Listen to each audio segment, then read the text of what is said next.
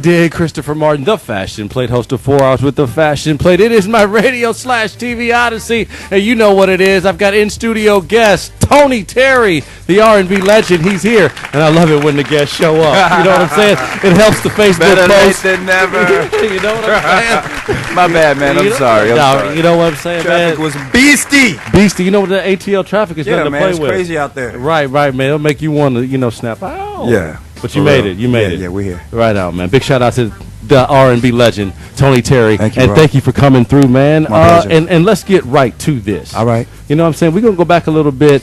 Not too far back. Not too far back. Let's Right. not go too far back. Because You they know say what I'm talking the memory in the eyes is the first thing to go. I'll be like, hey, man, you were back in 1982. You'd be like, God dang, dog. How far you want me to go back? But let's start all about this, man. Many of us know who you are, man. For those, select few who don't, give us a little background about Tony Terry, where you came up, started, and we'll get into the music. Okay. The short version. Well, I started in New York. Well, I really started in D.C. That's right. Training in D.C. and then moved to New York and did some theater, and soon after was signed to a major label, Capitol Records. A lot of people don't know that I was signed to Capitol Records first. Right. But I never put out a record on Capitol. And then was signed to Epic Records, and my first record came out in 1986 and surprised the label. They didn't know. They didn't expect it. They didn't know what they had. They didn't know what they had, and then they had to pay attention, and that got the dialogue started about the what kind of focus was going to be placed on this artist. Right. And then the second album came, and that album had With You on it, and again the label didn't believe in it, and then it happened, and the rest is history. That's what's up, man. That's what's up. You talked about Washington, D.C. right quick, and I did my notes on you. You know what I'm saying? Pulled a few things off. Waste a little toner on you today. Come on now. You know what I'm saying? That looks like about 32, 33 cents worth of ink. Terry is a graduate of Duke Ellington School of Arts in Washington, man. The name in itself, Duke Ellington. Yeah. A legend in music. What was that Absolutely. experience like? You mentioned Washington. What was it like to be in that environment, hone your singing and acting skills and everything else? It was awesome. I mean, it was much like I don't know how old you are, but I'm a man of a certain age. Right. And when Fame, the TV show, that's right, was on when I was in high school, Nice. and that inspired me to want to go to a school like that. Okay. And then I found out about the Duke Ellington School of the Arts, and I auditioned, and I was so green. I mean, I had no idea of even what the audition process was like. Right. I was going to go in and sing along to a record for my audition. An actual record. I mean, I came in with like an album under my arm. Like, Right, this is my audition. Where's the record player? Ready to do my audition. Right. And so, I graduated school and moved to New York, and That's it, man. And like you said, man, progress from there. Yeah. And that's one thing I wanted people to know. We've had various people on at different times from the Atlanta Public School districts who work with music, who teach music and stuff, and wanted to bring that out right quick, how so many of them who are young want to jump out of school and go get the record deal, want to go that circuit, but school is a great place it to hone absolutely your is. craft, It absolutely to hone is. your natural talent. Absolutely is. And then to get some book smarts too. Right. I chose to jump right into it, but given the opportunity to go back and do it again, I probably would have focused on school a little bit more.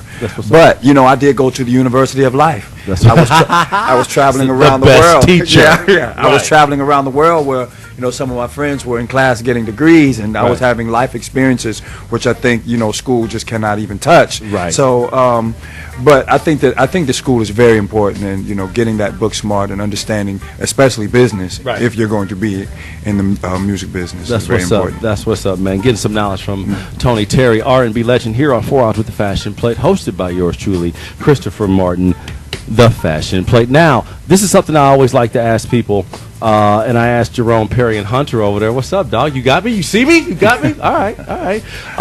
And I liken it to this. I played football. That was my thing before I found this talent and found this in my life. Played football on a football scholarship.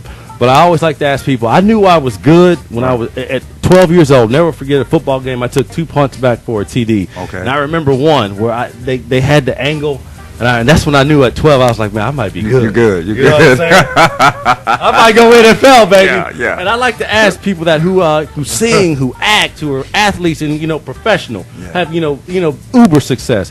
When did you know? Was it some performance? Was it that barbecue? That's actually a very good question. When did you know? I've always known. Always knew that you had the talent. And then I've always understood that it was a gift. Okay. Not necessarily anything that had anything to do with me.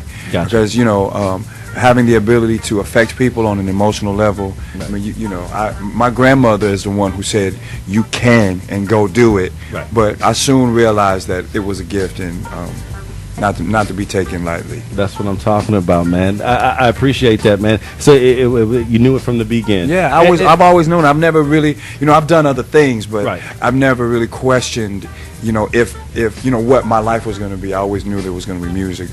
I just knew. An entertainer. Yeah. I like so that. everything that I've done was always leading up to me getting there. And then it's still happening. Right. You're evolving as an artist all the time. Yeah, it's still happening. Yeah. Okay. Now we go to the music and present day a little bit. You're here in Atlanta. Talked about Washington, New York. Yeah. The Atlanta music scene, historical. You know what I mean? You can call the road. Georgia as a state, as a matter of fact. A lot of great artists, R&B, as well as country. How did you find your way down here to Atlanta and enrich your talent, your skill, with everything that's going on here in the ATL music scene? How did you find your way down here, TT? I came to Atlanta kicking and screaming. I did not want to come. I was living in Las Vegas. I mean, who wants to not live in Las Vegas? Right. We'll talk about that off camera. So, I met and married my wife. Big shout out, wifey. Yeah, wifey. She's not listening because I don't know. I didn't know what to tell her to listen to. I didn't know. My bad. Don't you know how bad we need viewers up in this kid? We're gonna work on that. Well, it's gonna be streaming later, right? Right. Yeah, we're gonna tweet that. We're gonna take it to. Yeah. Go ahead. I mean, like, baby, go watch this. You know what I'm talking about? Shout out to wifey. Anyway, so I met and married my wife, and interestingly enough, we had a son, beautiful son. Congrats. We have a beautiful son, and my wife developed fibromyalgia soon after giving birth. So her family's here, and she wanted to come, and so. But I still didn't want to come. Right, ain't it amazing how things get weaved, and you find yourself someplace. Places that you never thought you would be. But check this out. Right. Now she wants to leave. I'm balling now, baby. I'm good. What you talking about? I ain't even trying to hear that right now. Right. I'm on the map in the A. I'm on the map in the A. You know what? We're going to get to more of what you're doing here in Atlanta. We're going to take a break. We'll play one song, and then we're going to come back, and we're going to talk about the success.